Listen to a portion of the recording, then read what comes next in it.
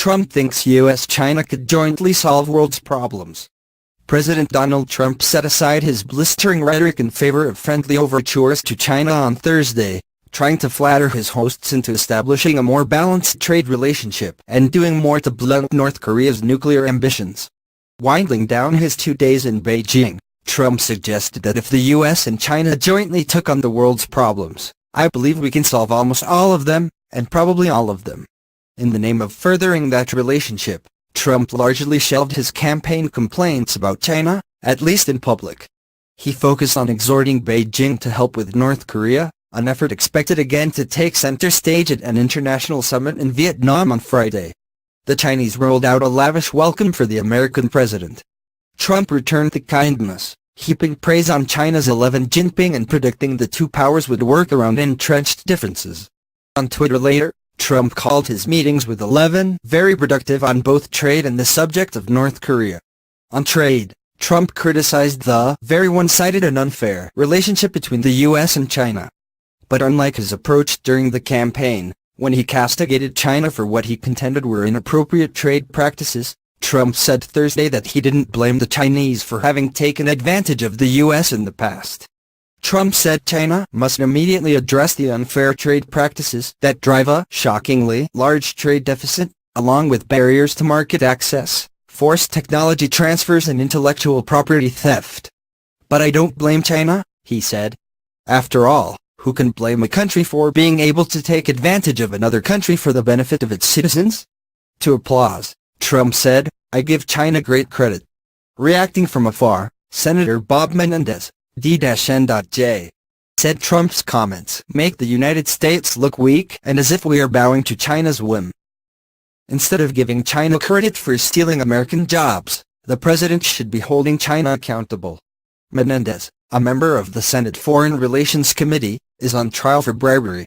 U.S. Secretary of State Rex Tillerson offered a blunt assessment of China's trade surplus with the United States, which in October widened by 12.2% from a year earlier to $26.6 billion. The total surplus with the United States for the first 10 months of the year was $223 billion.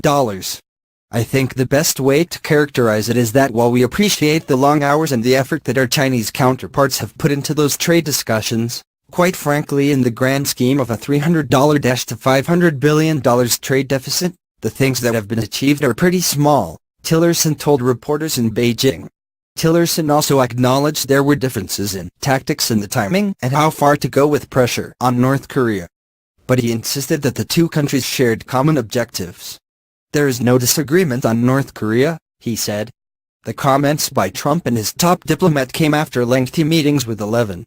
The day included announcements that the U.S. and China had signed agreements valued at more than $250 billion for products including U.S.-made jet engines, auto parts, liquefied natural gas and beef. Such contract signings, a fixture of foreign leaders' visits to Beijing, are intended to diffuse complaints about China's trade policies. 11 promised a more open business environment for foreign companies in China and said his country was committed to further opening its economy to outside investment.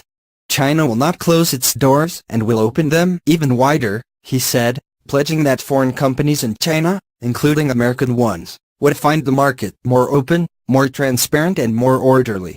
It is unclear how far China will go to fulfill its pledges. Previous U.S. administrations have hailed market opening promises only to be left disappointed. Before arriving in China, Trump had delivered a stern message to Beijing, using an address in South Korea to call on China, North Korea's biggest trade partner, to do more to confront and isolate the North. Trump on Thursday appeared far more conciliatory, thanking China for its efforts and saying he'd been encouraged by his conversations. China can fix this problem easily. And quickly. And I am calling on China and your great president to hopefully work on it very hard, Trump said. If he works on it hard it will happen. Trump also was feted at a state dinner that featured a video montage of the president's visit, as well as footage of his granddaughter, Arabella, the daughter of Ivanka Trump and Jared Kushner, singing a traditional Chinese song in Mandarin. On Friday, Trump was scheduled to stop in Da Nang, Vietnam, for the Asia-Pacific Economic Cooperation Conference, the first of multiple summits he'll attend on his first trip to Asia as president. he may meet with Russian President Vladimir Putin on the sidelines of the conference. Tillerson said Thursday the two sides were still discussing whether they had sufficient substance to talk about in such a meeting.